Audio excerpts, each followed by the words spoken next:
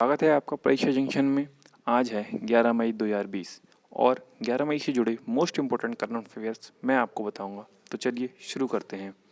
आज का पहला प्रश्न है, हाल ही में किस देश ने लॉन्ग मार्च 5B रॉकेट लॉन्च किया है? बताइए दोस्तों, इसका सही आंसर क्या होगा? इसका सही आंसर होगा दोस्तों ए, चीन।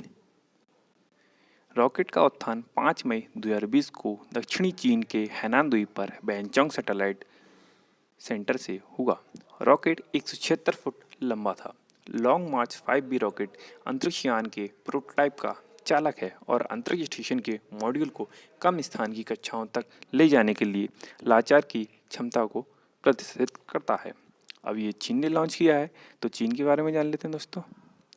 चीन की राजधानी है बीजिंग, चीन की मुद्रा है रेनमिनबी और चीन के राष्ट्रपति हैं शी जिनपिंग। चलिए दोस्तों, नेक्स्ट क्वेश्चन की तरफ चलते हैं। आज का दूसरा प्रश्न है, हाल ही में किस राज्य ने मुख्यमंत्री युवा योगा योग योजना के तहत छात्रवृत्ति पोर्टल लॉन्च किया है? बताइए दोस्तों, इसका सही आंसर क्या होगा? इसका सही आंसर होगा दोस्तों डी, त्रिपुरा। मुख्यमंत्री युवा योग योजना के तहत छात्रवृत्ति के रूप में राज्य सरकार अपने कॉलेजों या विश्वविद्यालयों के अंतिम वर्ष में स्मार्टफोन के लिए 14,000 छात्रों को 5,000 रुपये देगी। राज्य के मुख्यमंत्री बिप्लब कुमार देव ने योजना के एक भाग के रूप में एक ऑनलाइन पोर्टल scholarship.gov.in लॉन्च किया है। स्मार्टफोन को सकारात्मक तरीकों से छात्रों की मदद के लिए दिया जाएगा। अब यह त्रिपुरा ने किया है, तो त्रिपुरा के बारे में देख लेते हैं दोस्तों। त्रिपुरा की राजधानी है अगरतला। त्रिपुरा के मुख्यमंत्री हैं बिप्लब कुमार देव, जो कि भाजपा से हैं। त्रिपुरा के राज्यपाल हैं रमेश बैस। त्रिपुरा में लोकसभा सीटों की संख्या है 2, राज्यसभा सीटों की संख्या है 1, विधानसभा सीटों की संख्या है 60। चलिए दोस्तों, नेक्स्ट क्वेश्चन की तरफ चलते हैं। आज का तीसरा प्रश्न है, हाल ही में भारत को कोयला निर्यात के लिए कौन सा देश भारत के साथ समझौता ज्ञापन पर हस्ताक्षर करेगा? बताइए दोस्तों, इसका सही आंसर क्या होगा?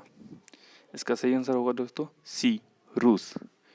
भारतीय इस्पात उद्योग की जरूरतों को पूरा करने के लिए कोकिंग कोल आयात करने के लिए भारत रूस के साथ एक समझौता ज्ञापन पर हस्ताक्षर करेगा और रूस के साथ तेल के आयात में वृद्धि करके ऊर्जा साझेदारी का विस्तार करेगा। पेट्रोलियम और प्राकृतिक गैस मंत्री धर्मेंद्र प्रधान ने 6 मई 2020 को रूसी ऊर्जा मंत्री अलेक्जेंडर नोवाक के साथ वीडियो कॉन्फ्रेंसिंग के माध्यम से एक बैठक की। अब यह रूस ने की है, तो रूस के बारे में देख लेते हैं दोस्तों। रूस की राजधानी है मॉस्को, रूस की मुद्रा है रूबल, रूस के राष्ट्रपति हैं व्लादिमीर पुतिन और रूस के प्रधानमंत्री हैं मिखाइल मिशुस्तिन। नेक्स्ट क्वेश्चन की तरफ चलते हैं दोस्तों। आज का चौथा प्रश्न है, संपर्क में आए बिना संदिग्ध रोगियों की जांच के लिए मध्य प्रदेश में विकसित वाहन का नाम क्या है? बताइए दोस्तों, इसका सही आंसर क्या होगा? इसका सही आंसर होगा दोस्तों सी, संजीवनी। इसका उपयोग हेल्थ वर्कर्स द्वारा संपर्क में आए बिना संदिग्ध रोगियों की जांच के लिए किया जाएगा। छतरपुर जिले के राजनगर प्रशासन द्वारा वाहन डिजाइन की पहल की गई थी। वाहन व्यक्तिगत सुरक्षा उपकरण पीपीई की आवश्यकता को समाप्त कर देगा और स्वास्थ्य कार्यकर्ताओं पर होने वाले हमले की घटनाओं से बचने में मदद करेगा। अब यह वाहन संजीवनी वाहन मध्य प्रदेश ने बनाया है, तो मध्य प्रदेश के बारे में देख लेते हैं दोस्तों। मध्य प्रदेश की राजधानी है भोपाल। मध्य प्रदेश के मुख्यमंत्री हैं शिवराज सिंह चौहान, जो कि भाजपा से हैं, और मध्य प्रदेश के राज्यपाल हैं लालजी टंडन। मध्य प्रदेश में लोकसभा सीटों की संख्या है 29, राज्यसभा सीटों की संख्या है 11, विधानसभा सीटों की संख्या है 230।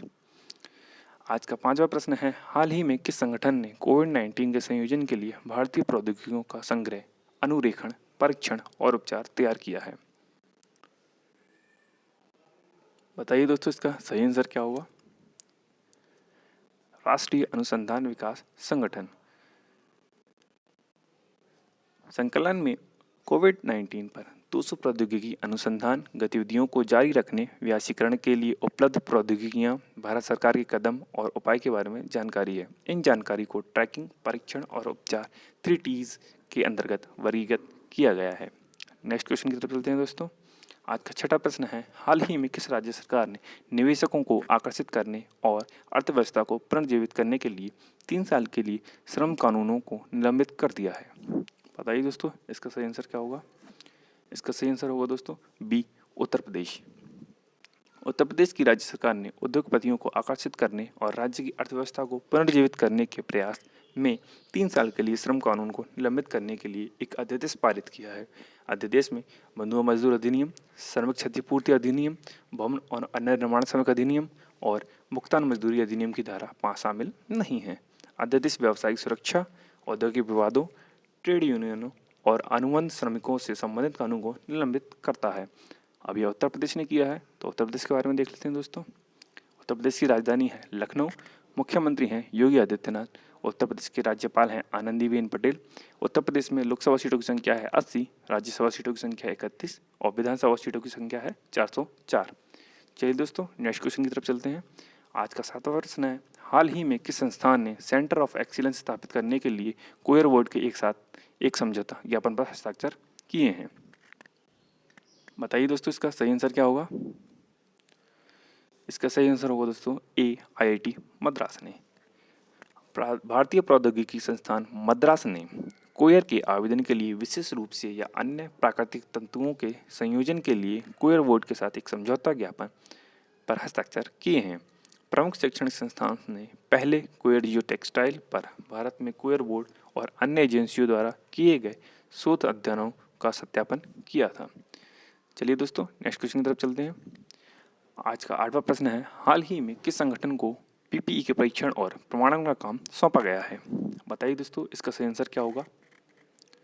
इसका सही आंसर होगा दोस्तों ए, परमाणु चिकित्सा और संबंध विज्ञान संस्थान। परमाणु चिकित्सा और संबंध विज्ञान संस्थान DRDO की ही एक लैब है। परमाणु चिकित्सा और संबंध विज्ञान संस्थान दिल्ली ने PPE के परीक्षण को प्रमाणन के साथ काम किया है। इसने भारतीय नौसेना द्वारा डिजाइन और निर्मित व्यक्तिगत सुरक्षा उपकरण PPE का परीक्षण किया है। PPE को बड़े पैमाने पर उत्पादन के लिए प्रमाणित किया गया है और नैदानिक कोविड स्थितियों में उपयोग किया जाना है। अब यह DRDO की लैब है, तो DRDO के बारे में जान लेते हैं दोस्तों। DRDO की फुल फॉर्म होती है defence research and development organisation, रक्षा अनुसंधान एवं विकास संगठन। इसकी स्थापना 1958 में हुई थी। DRDO का मुख्यालय नई दिल्ली में है। DRDO के अध्यक्ष G सतीश रेड्डी हैं। DRDO का एक मोटो है बलस्य मूलम विज्ञानम। चलिए दोस्तों, नेक्स्ट क्वेश्चन की तरफ चलते हैं। आज का 9वां प्रश्न है, हाल ही में भारत के संयुक्त राष्ट्र पर्यावरण कार्यक्रम के सद्भावना राजदूत कौन बनी? बताइए दोस्तों, इसका सही आंसर क्या होगा? इसका सही आंसर होगा दोस्तों ए, दिया मिर्जा। सद्भावना राजदूत के रूप में दिया मिर्जा का कार्यकाल 2022 के अंत तक बढ़ा दिया गया है। दिया मिर्जा राजदूत के रूप में अपने पहले कार्यक्रम में #प्लास्टिक पॉल्यूशन अभियान शुरू किया, जिसने शीर्ष स्तर पर प्लास्टिक प्रदूषण के मुद्दे को उजागर करने में मदद की थी। चलिए दोस्तों, आज के आखिरी प्रश्न की तरफ चलते हैं।